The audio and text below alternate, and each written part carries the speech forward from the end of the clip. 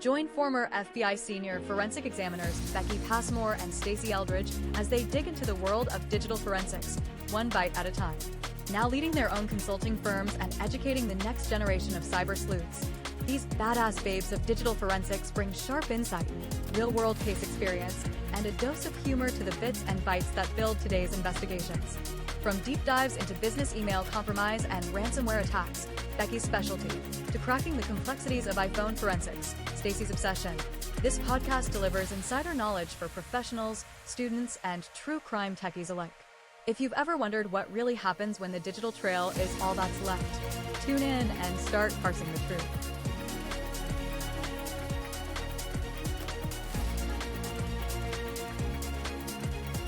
Welcome back to Parsing the Truth, one bite at a time, where digital evidence tells the story that criminals don't want told. I'm Stacey Eldridge, and I am joined by my co-host, Becky Passmore, as always. And today, we're taking you to Yazoo County, Mississippi, back in November of 2013. It's a quiet town, and this involves a beloved husband and grandfather and a crime that shocked the entire community. That's right. Welcome back, everyone. 57-year-old Ricky Wayne Saxton ran a scrap metal business known and loved by everyone who came through his yard. But one afternoon, Ricky didn't come home. His truck was found abandoned, his body discovered later, shot multiple times, left in the woods. For investigators, it was the beginning of a digital trail that would lead to one of the most pivotal pieces of evidence, a burner phone bought at a convenience store and a DVR system that contained videos that had been overwritten, but not really. Only these clues would unravel the mystery and bring justice to the Saxton family. So to help us understand how the recovery of the data from the DVR computer system changed the course of this investigation, we're joined today by Wayne Mitchell, retired digital forensic examiner. Wayne was called in to assist Mississippi law enforcement on this case, and his work uncovering deleted data helped identify the killer, Johnny Mac Brown. Welcome, Wayne. We're glad to have you. Thanks for having me, Becky and Stacey. It's great to be here. And to talk about the case that really showed the power of digital forensics and uncovering the truth. Yeah. So, Wayne, let's start by letting our listeners get to know you a little. First, tell us about your background and how long you've been doing digital forensic investigations. My background is I started in the United States Air Force as kind of a computer network guy and transitioned into computer forensics when I joined the FBI in 1997. It was a brand new job title, brand new career path, if you will. Yeah. Never been really defined before back in the days. I went through many hours of training over the last 25 plus years. I did with the FBI before I retired, maybe 1,000 hours or more worth of training, and just really focused on finding the evidence, digital evidence, whether it's on a computer, a phone, whatever electronic things is out there. Now, Wayne, you've clearly been in digital forensics a long time. Could you share with us how the FBI became involved in this investigation, and what did the initial evidence look like when you were brought into this case? Sure thing. Originally, the evidence was sent off to Quantico, thinking that it was a DVR system. Typically, the local law enforcement will request assistance for digital evidence and examination from the FBI sometimes. In this case, they reached out to my special agent and said, we've got this DVR system.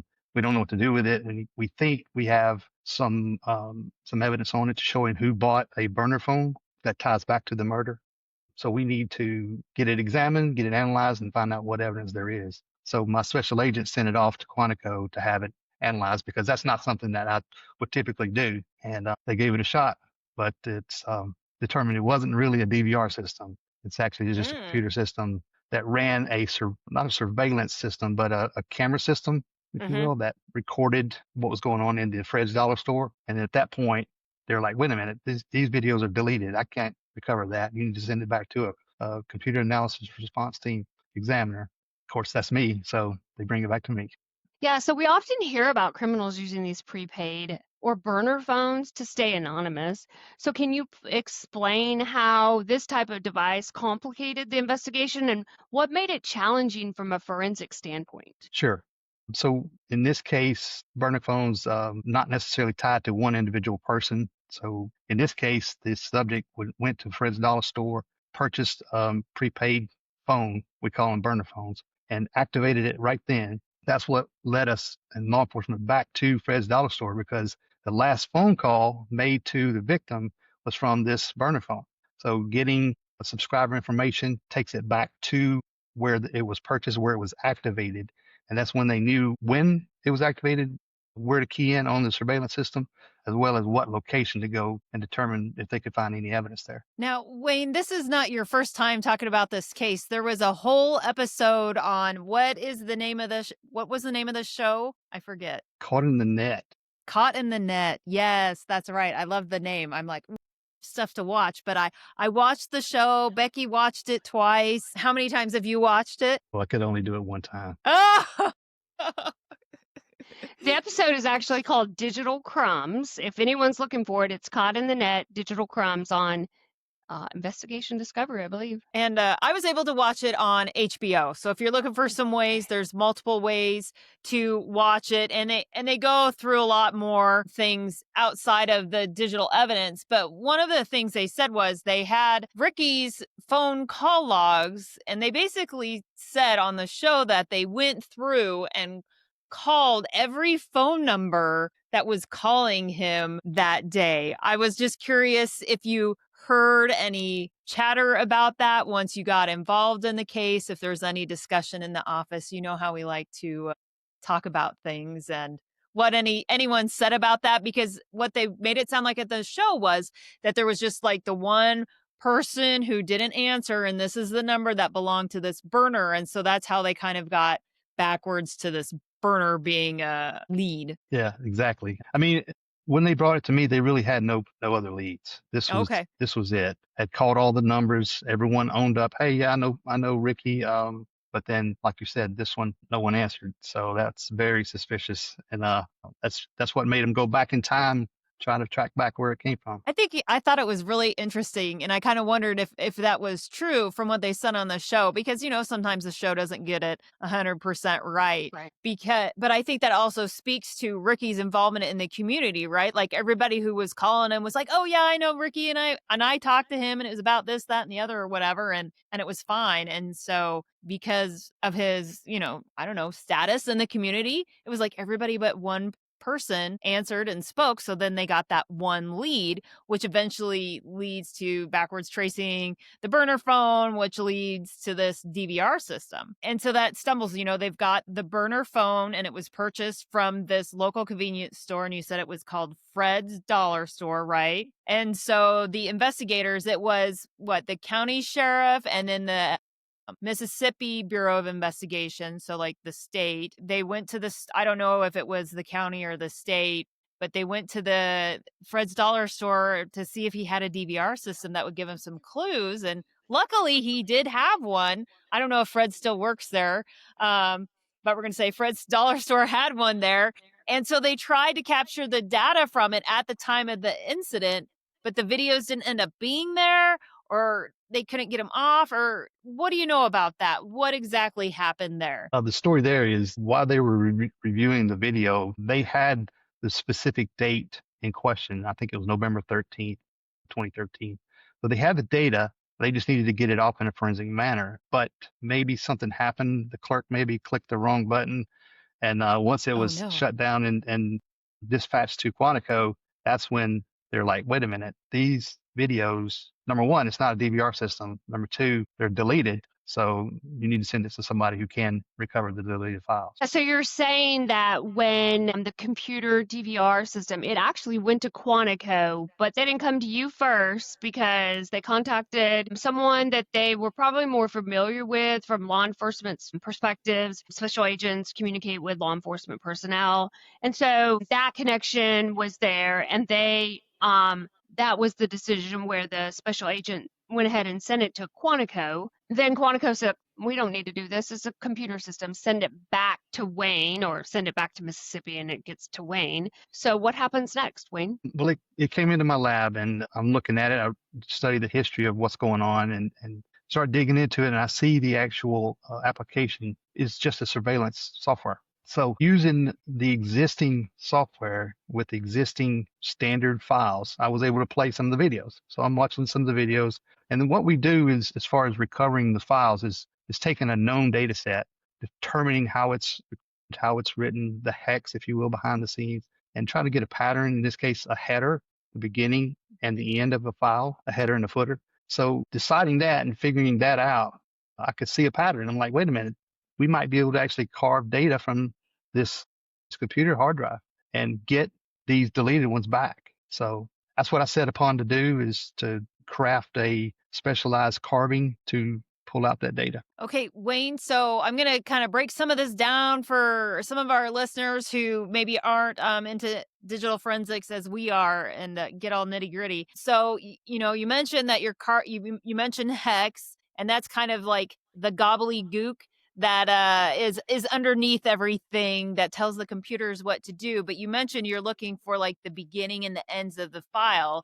And so I'm wondering, it was not like a regular standard video format. Is that why you had to do that? Yes, it was not a traditional video format, which was good because it gave me an actual structure and it recorded in smaller chunks. So if you know how it is when you record a video, it actually overwrites and encompasses multiple locations, multiple clusters. So recovering videos traditionally in what we do is hard, rare. So to build this custom carver, if you will, to then target these specific headers and pull out the amount of data was pretty phenomenal that it actually worked. And I was shocked the next morning when I came in and saw the amount of data that it did recover. You're like, holy cow, look at all these files. Because basically what Wayne did, he's like, computer, look for this pattern. And if you see this pattern, chunk it out for me so I can look at it later. And then it found a bunch of stuff, chunked it out for him. And then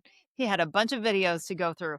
Do you have any idea like how many individuals videos do you remember? Like, yeah, was it clear as day. It was 16,000 total. Oh my goodness, 16,000 videos to go to. Yeah. So like many of us have been there when the Pandora's box of evidence has been opened up, right? So what was that feeling like? And then what did you do next? Just elation. I'm like, okay, number one, it worked. Right. Then I'm like, how am I going to look at all these files? Because you know how it is with videos, it's real time. So you have to play it and watch it in real time. You can't really fast forward or you miss something. Right. So the first thing I did was try to figure out the line where I could cross where they would play or not play. So based on the size of the videos that were recovered, because they're all coming in different sizes. Sure. I determined that only 12,000 of them would play. So you cut it way down. Way down. It's like a fourth of it gone within an hour. I'm like, yes, I can do this. But then I'm like, okay, let me pick the biggest one and play it. So I play it and it's several minutes long. So the process of playing it though, again, pulling some statistics out here, it takes about 30 seconds for me to open the player, pull in the file, play the thing, and then it closes. And once it closes, I have to do it again. So 12,000 times a minimum of 30 seconds. I'm thinking 8 weeks of work here. Well, Yeah. And they needed the lead now. So that's when I reached out to the state CID folks and said, hey, I think Lori Travis was the lead detective at the time. I said, Lori, I need help. I've got 12,000 plus 8 weeks of work. Send me some people and I'll put you in a chair and show you how to do this process that I've developed now. Mm-hmm. And then you can be my eyes and determine if we see something on November 3rd, 2013. And when you were watching the video files, were you in the forensic software, or I guess, well, maybe the better question is, when you had the other investigators come in from the other agencies to help review all these videos, were they in the forensic software, or did you export all these videos, Windows Media Player or VLC or something like that? Sure. So you're naming a lot of the most common video players out there. No, you couldn't play with those. That would have been nicer. And they couldn't view it in the forensic tool either. So I've exported the 12,000 files out and had to use the software player to then play each video. So what I did was I set up 4 or 5 different stations. I think it was just 4, because I could kind of sit in the middle and direct the traffic, of who was seeing what and how to Yeah. do it. And gave them a tutorial on how to open the application, find the file, make sure you play the file, watch the whole thing through. And the beauty of it is, this is another rarity. The video itself had a timestamp inside the video Oh, in the yeah, it's so bottom. nice. So you didn't have to worry about metadata about the properties to say when was the video recorded or not. They pulled it up, looked at it, and they could see when the video was recorded. So then process of triage kicks in. I'm like, Right. okay, if you see a different day, just throw it out, move on, Right. throw it Right. out, move on. Because So they're once, also short, so they can just pull it up and be like, oh, this isn't even the right day. Next. yes, exactly. Some of the shorter ones were like milliseconds, like Oh, it pops up on the screen and goes away. So you yeah. have to play it for it to come up and you could see the timestamp. And one of the ones I was able to pause on long enough to get a snippet to send to the news agency was only probably half a second long. Oh, wow. It took me about 15 tries Mm. with the space bar and the mouse to play, pause, play, pause, play, pause. And finally it's on the screen. I was like, nobody move. So I took a snippet of that one, and it showed the subject behind the phone. Well, and that's the thing with carving out these files. I mean, you have a pattern. It doesn't mean that it's always carving things out precisely or properly. And there's lots of stuff. If everything was deleted, how long, all the stuff with the turning it on and off. I mean, stuff just happens. So you're going to get stuff like that. That's not unusual at all to have not great stuff to go through. Exactly. Right. A lot Yeah. of false positive, a lot of junk to go through, but this was really good.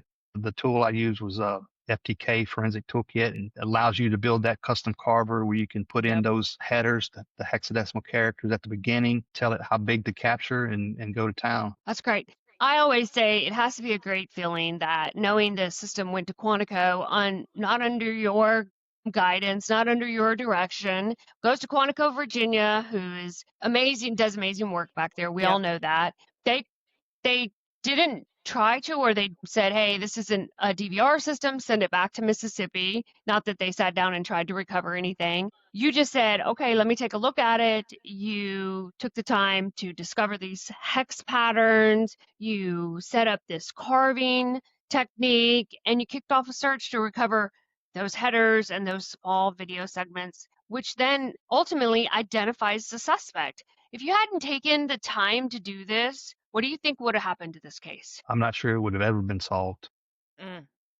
at least to the point of getting a lead, an interested person of interest. Yeah. Which usually then they go cold. Exactly. Mhm. Yeah.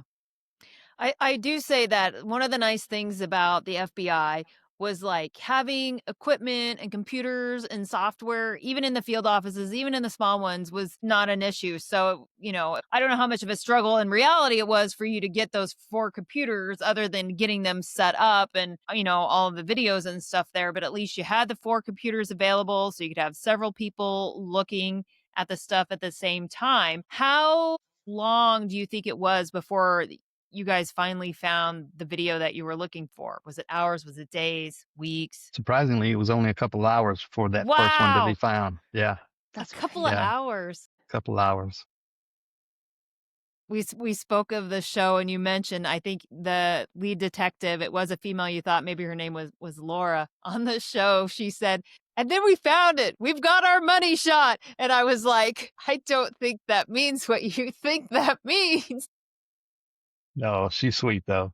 Yeah. Yeah. In fact, But- what didn't I see on the show where she was actually supposed to be promoted or moved to another department, and if you guys had not worked together to get this all taken care of, that it ended up into someone else's hands, didn't it? Her husband's hands, actually. Oh, Okay. Yeah, she did get promoted, and her husband, Travis, took over the case. okay. So, and I think, cases like this, it's involving multiple agencies, local law enforcement, the state, the FBI. What was the collaboration like? And how did your role and digital forensics sort of work to bridge those gaps in, the process and the investigation? It's just really good collaboration, really between the 3 agencies, just, working really, really good together and knowing that there's a victim family out there that needed answers.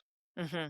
And that's why I did the show. That's why I'm doing this. I mean, I believe in sharing the truth and helping to kind of ease some of that pain. And this was, and I don't say this a lot, but this was a God thing to see everything that happened to bring that system to me and to, I mean, everything I've talked about, the remarkableness of videos being recovered, that's not normal. Videos having a timestamp, that's not normal. Finding two different clips showing the person asking where the phone is and the person buying the phone. That's, I mean, it's just the timing of everything had to be perfect. It's just, I give him all the glory because he put it all in the right places at the right time. Yeah, and the show actually goes into the very deep faith of the South, right? And they talk about the family. They knew that there was nothing there, and they were praying and they were putting faith in God to lead the investigators or lead the people to the right locations. And I'll say this.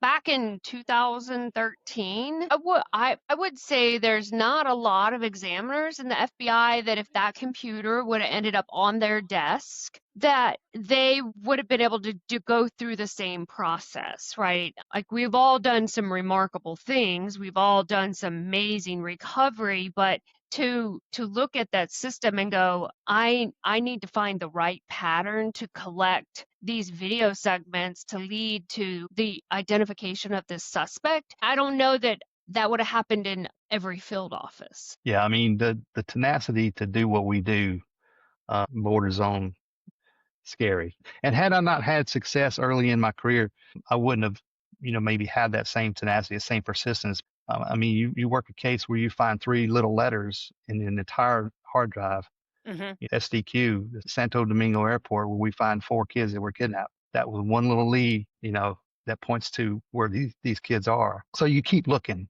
You get down into the hex, you get down into the weeds, and you just don't stop, because it matters to somebody, and that's what drives us. So It's fun. definitely what drives us. Yeah, and I think it's, you're speaking to your experience based on another case, and you knew 3 little letters could help you solve this, and you're like, well, what 3 little letters or 4 letters can I find in here that will help me figure out how to get all of these videos back? And I think you bring up an excellent point in your procedure of what you did. You had some known videos on there from this recording system, and so you looked at the known stuff. And then you're like, how can I work backwards and find this stuff that's been deleted? Can I get any scraps back? That's amazing. Yeah, And I mean, it goes back to your triaging, right? You're like, okay, I can get rid of a fourth of this, but then I need some help. And so, you start to put that in perspective as a forensic examiner. right. And I mean, there's no going past being in the seat and eyes on the screen. You just have to gut it out and, comb through the data. There's some shortcuts, there's some automation that you can use with tools and so forth. The training, we've got, but when you get down to it, you have to have butts in the seat. That's what I like to Yes. say. That's what the 4 people were doing. That's what I had done before they got there. And that's what I would have done for 8 weeks had I didn't have those guys. Well, and this talks about, what is everybody's role? Because I think in the FBI, we had what was known as the Case Agent Investigative Review System. It was called CARE. And that is where we could have the agents review their cases. And that was basically set up as a way to get through the backlog because many offices had backlogs. Some offices had really big, bad backlogs. And there were some big cases where they're like, the evidence was still just sitting there waiting to be examined. And so heads got together. Well, what are we going to do to get through this? And we got through CARE. And then it also kind of relates to this whole conversation on push button forensics. Well, we'll just go like image it, run it through the tool, go next. And then people can just look at stuff. And I mean, that's great for like Word documents and reading emails and looking at pictures. But what you had to do, Wayne, takes a person who knows computers, knows the forensics, knows the hex, and how to like look at something that's there and use that to find something that doesn't seem to be there anymore. That's why we have hundreds, 1,000 hours of training to figure out how to do this, to work the hard cases and get a lead and find the stuff. Yeah, I mean, I think there's a place for both of them, right? Absolutely. And they both complement each other, but you got to have that training. You got to have that specialization and that mindset, like in the Matrix, where all I see is a blonde brunette You can see it. It's a pattern. You see it. You get used to it. But yeah, Was taking that data where it was hex and numbers and characters and converting it into readable format. Like I tell my students, and Stacy, I'm sure you do too, all the time. It's like these are ones and zeros, and the computer reads it this way, and we have to read it this way. And sometimes we have to make that conversion or that carving process work so we can see how we read it as a human, for sure. for sure. Fun. Yeah. So, Wayne, looking back, what does this case teach us about the evolution of digital forensics, especially the importance of that persistence when an examiner is told there's nothing left to find? The evolution. That's a tough question. I mean, we've all seen it expand. We've seen the size of data grow larger, but statistically speaking, I think the tools have kept up as far as netting us the same amount of time. For example, I'm in a closet in my first office. I've got a 386 computer and I'm running old school DOS command to pull out the data. A little Norton disk editor.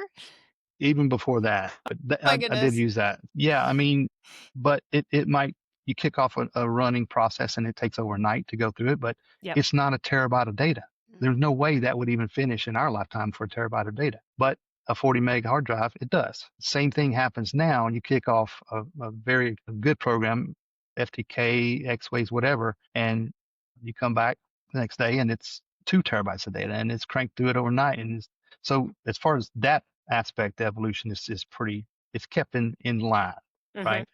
As far as the examiner, I think it's similar. The training, there were no formal education back when I started. That's right. Now you're teaching it at the collegiate level, and I think that's keeping pace. I think other evolution is you've got more people doing it now, whereas back then we didn't. So the preponderance of digital evidence, cell phone in everybody's hands, that's where it's going. Is more personal devices are being used daily, and they've got evidence on them, and they're going to need to be analyzed. So more of the software is gearing towards that, as well as the training, and it should, because that's where everything is at. The only other thing that I was thinking is because of that personal device, the type of data and the way that data is stored, that's not really addressed as well as I think it could be in training.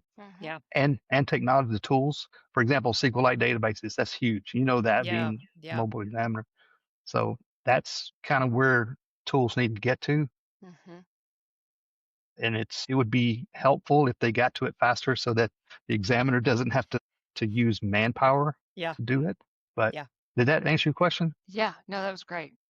Well, and to sort of wrap everything up, I think it was a deeply emotional case. The whole community got involved because even on the television show, they talk about, many people from the community going out and conducting the search before his body was found. And they talk about how they were talking with the cell phone company on maybe where he was at so they could kind of send people to the area. But there were people basically driving and searching like all over the back country of Mississippi to find Ricky. And so it was so emotional for the family and really everyone involved in the entire community. How did it feel for you to know that your work, this forensic recovery that you did, brought closure to a grieving family? I mean, obviously proud, but I try to keep that in check because I like I said from the beginning, I feel it was all a God thing that this family needed closure, and they got it through all the different steps that led up to it. And I'm glad we were able to find who did it, and now they're serving time, so that's reward. Yeah, for sure.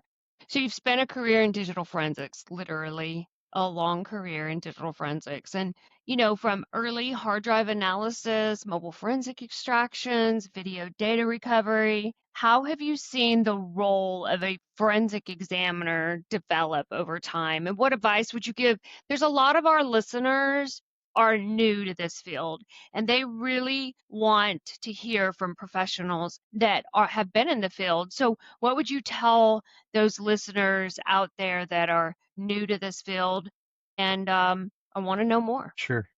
Definitely get the training. We know that, whether it's through a collegiate college or through tech school, whatever. You get the training, but then find someone to shadow, because you pick up an awful lot from a mentor. We know that through the CFC process. It's a year-long process. You have a mentor that helps you through those challenges, those tasks.